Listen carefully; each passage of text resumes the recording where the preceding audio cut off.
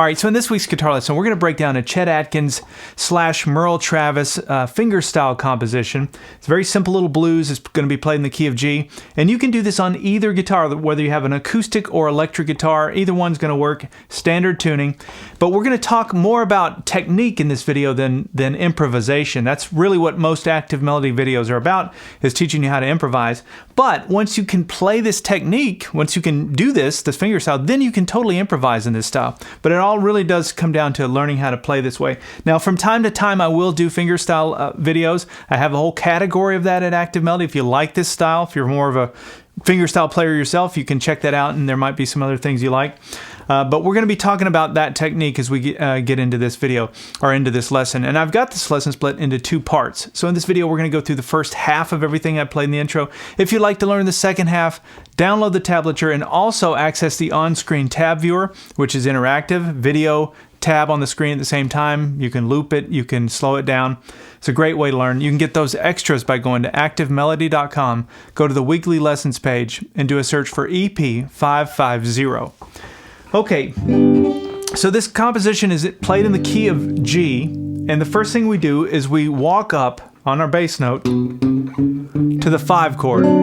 So the 5 chord when you're playing in the key of G is a D. It's a D7. That's the way I'm playing it. So we're going to talk about the left hand and all of that, but before we do that, I want to just give a brief overview of what the right hand is going to be doing, what the role of the right hand is when you're playing fingerstyle. So the way that this works is your thumb is your bass player, and it's going to cover strings 6, 5, and 4, generally speaking. Sometimes it'll jump up to another string, but that's what's typically happening, is strings 6, 5, and 4 with your thumb, and then you take your other 3 fingers and put them on strings 1, 2, and 3. Or they cover strings 1, 2, and 3. So my ring finger covers the first string, my middle finger covers the second string, and then my index finger covers the third string. And that's pretty much which fingers line up over which strings. Sometimes these 3 fingers will jump down and they'll cover strings 2, 3, and 4 in that same order, but that happens as well. And sometimes you'd break the rules a little bit, but that's what's going on there when you're playing fingerstyle. All right, so that's which fingers go with which strings. So now the first thing we're going to do is do this. We're going to get our bass player and our rhythm player actually working together, our rhythm section. We're going to get that going, and that all happens with the thumb. So this first chord that I'm playing is a D7, and I'm playing it up here. That's the 5 chord for this composition. And so that's the same as playing a C shape. It's our same shape as a C chord. You just slide your C chord up 2 frets, and then put your pinky down on the 5th fret, 3rd string. Play the middle 4 strings, and you have a D7. So once you're able to play that chord with your left hand, then you're going to take your thumb and you're going to play strings 5, 4, 6, 4. Now notice when I came to the 6th string, my ring finger had to come up and hit that 5th fret 6th string to fret that note. So it's like this. And it's also okay for your thumb when you hit that 4th string to hit the 3rd string as well. It sounds more like a rhythm, like this, like you're strumming it. Now you're not always going to do that, but sometimes that happens as well. And so that's what gives you that rhythm section. It just depends on the context of what's going on, but that's generally what goes on. And so you want to start by being able to do that with your thumb. Just get that going. Take it as slow as you need to. It can be very slow. But it's 5, 4, 6, 4, 5, 4. You can set a metronome, but don't move on. Don't try and play any of the other chords or any of the other stuff until you can get that piece going first. And once you're able to do that, you're ready to move on to the next step. And here's what the next step sounds like. Let me do that cleaner. There we go. So you can see I've still got the thumb going, but now I'm introducing this little melody line with some notes ringing out. The open first string, which I'll talk about in just a minute. But anyway, we're going to add that. So the way that this part of it works, this is the part that trips people up, is when you try and marry these two ideas. You try and marry this with this. And the way it works is some notes you'll play in isolation. The notes will be on their own, like the bass note will be doing its thing, or the melody line will be doing its thing. And then some notes you'll play together. And so it's that combination of the single notes and then the two notes in unison that give you the sound of almost like two guitar players or two musicians playing together. So the first part we're going to learn is this. So it starts with the 5th string by itself, and then we're going to do strings 2 and 4 together in unison. So 5th string, 2 and 4 together. Then we're going to come down and hit the bass note by itself on the 6th string. So we have, and then we're going to go, right? So it's string 3 with our index finger, string 4 with our thumb. But they're individual notes. They weren't played in unison. But when you play that together, that little phrase there, it goes like this. Just loop that. When you speed it up, you can hear it. Right? You can start to hear that Chet Atkins kind of chimey melody thing with that chunky bass thing going underneath it. Now Chet plays with a thumb pick, and a lot of players that play this style will use a thumb pick. I've never been able to do much with a thumb pick, so I just use my, the skin on my thumb, and I do have a callus there, so it's going to hurt at first, because that's going to be tender if you're new to this, but you'll build up a callus. You could do it either way. Okay, so here's what we have so far. Now watch this. Hear that? Okay, so for this second part, we're going to do strings 5 and 1 together. That's thumb and ring finger. And then we're going to do strings 2 and 4 together. That's middle finger and thumb. So it's like this. So let me back it up from the beginning of this. Here they are. And then we go to the individual notes. So we go back to the 6th string, index finger on the 3rd string, thumb on the 4th. So when you play those two parts together, you have.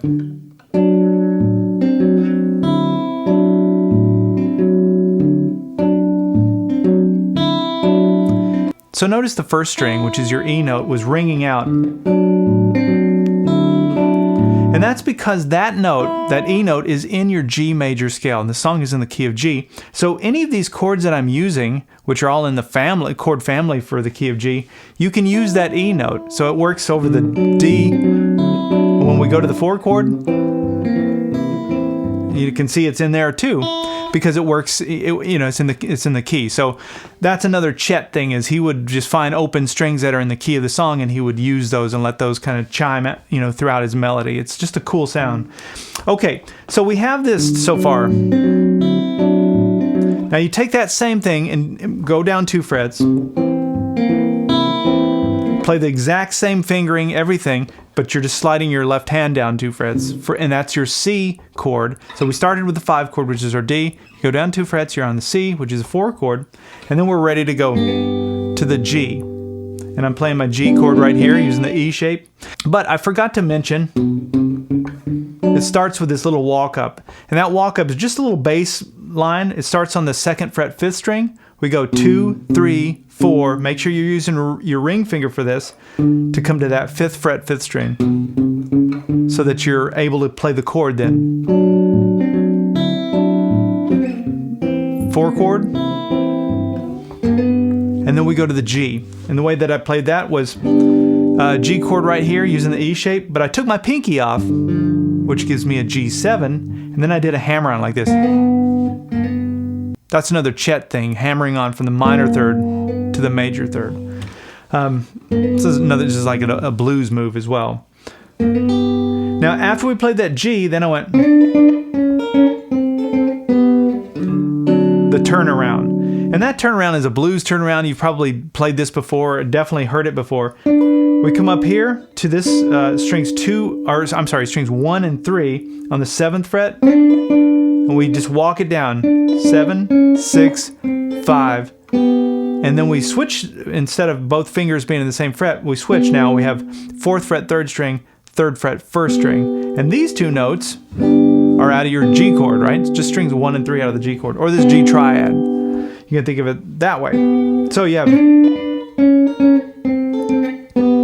And then I went to the 5 chord, which is my D7. Now we're set up and ready to go into it. Let me go back and play this first part, and I'm going to try and be as accurate as I can be as we go through this tablature.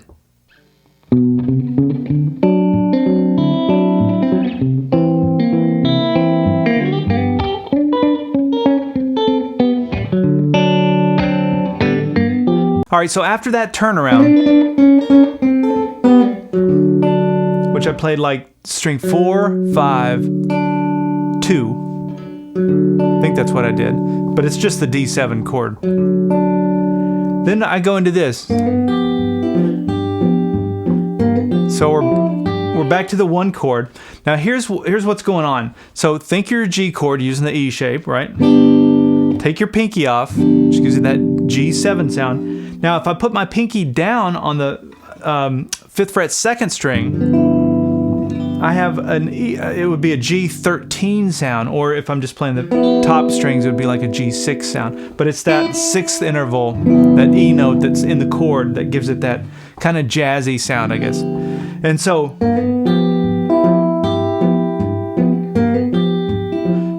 alright, so this is where I play a little different than Chet, and Chet's is much better than mine, trust me on this, but when I do this, I'm going like this, 6, 4, 6, 4, 6, 4, 6, 4. That's what I'm doing with my thumb. I just learned to do that early on, and I cannot break the habit. It's just how I learned it. Now that's different than what I showed you when I was playing the 5 chord. The 5 chord, the root note was on the 5th string, so I was going 5, 4, 6, 4. So for whatever weird reason in my brain, if I'm playing a chord where the root note is on the 5th string, I have no problem going like this. But if the root note is on the 6th string, I do have a problem going 6, 4, 5, 4. That's what Chet would do. He'd go like this. But what I've done just to compensate that, for some reason that just trips me up, is I always find myself just using my thumb going 6, 4, 6, 4 like this. So I just threw that out there because you could do this either way. You could do it exactly the way Chet would do it, which is 6, 4, 5, 4, 6, 4. That's probably a better way to do it, but I just wanted to show you that's not what I'm doing, so I have to stick to the tab. So I start with a hammer on with my middle finger to that 3rd string, and then I'm hitting the bass at the same time, so those 2 notes are in unison. And then the next 2 notes are in unison, strings 4 and 1. So it's like this. Now after this, bass note, and then pinky down on the 5th fret 2nd string, so it's like this.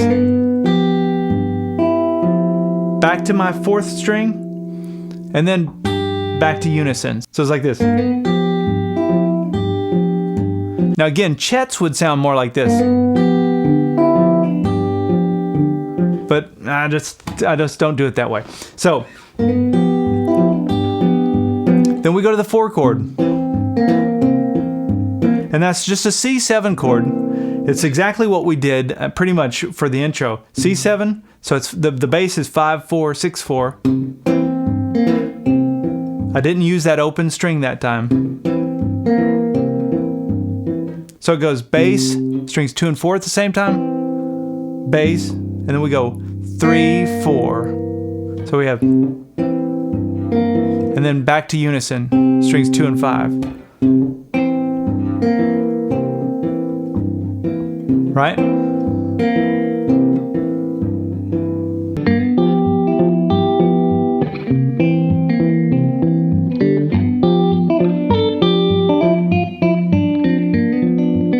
Alright, so now we come back to the 1 chord, which is our G chord. I've got that same bass going 6, 4, 6, 4, 6, 4. But notice I'm going to play a little melody using just my pinky.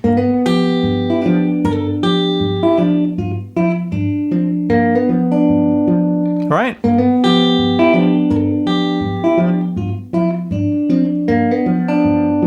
I'll put the tab up and play through that slowly with the tab on the screen so you can go back and you can just kind of watch that bit over and over again. But all I'm doing scale-wise with that pinky is I'm playing, that would be like minor pentatonic scale pattern 1, right? So I'm going, and then I'm also hitting these notes, which would be 5th fret, 1st string, 5th fret, 2nd string. So that would be your major pentatonic.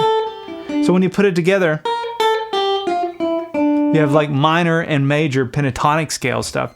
But you know, when you're holding that down with the rest of the chord, or that little bass line going like this, it sounds like two players.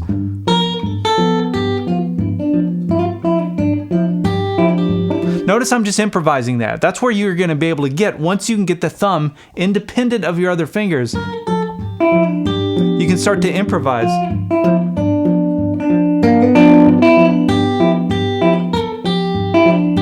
And it's so much fun to do. Okay, so that's the one chord part.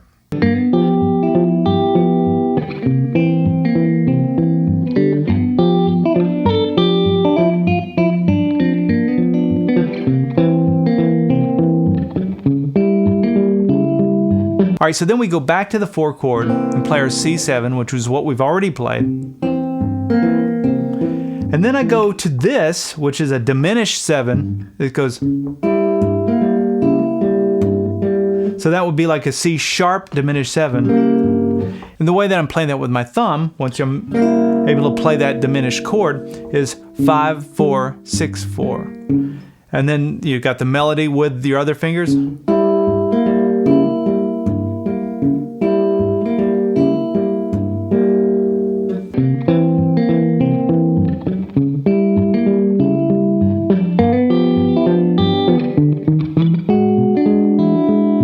And then we go back to the 1 chord.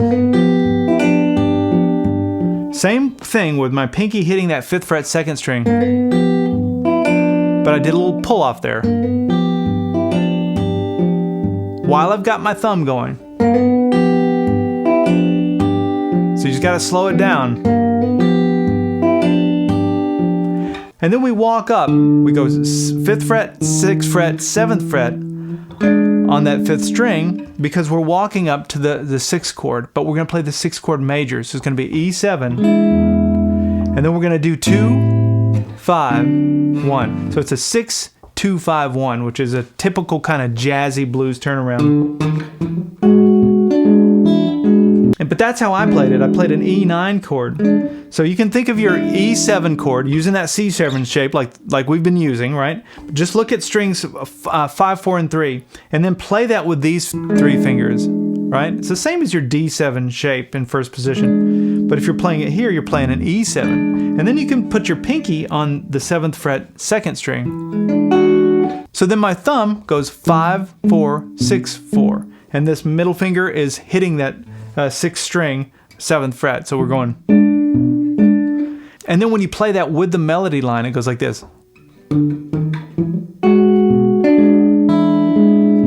Notice I'm hitting that open 1 string. Right? All right, so we've covered a lot of material. I'm going to end this part 1 video right here. Come join us at activemelody.com if you'd like to learn the rest of this, and also have access to the on-screen tab viewer, which is a great way to learn this. You can slow it down. It's just me playing it with a tab on the screen and the video at the same time. So it's a great way to learn. You can also print out the tab if you'd rather learn it that way. But anyway, check us out at activemelody.com, and this would be EP550. You do a search for that. All right, we'll see you in part 2.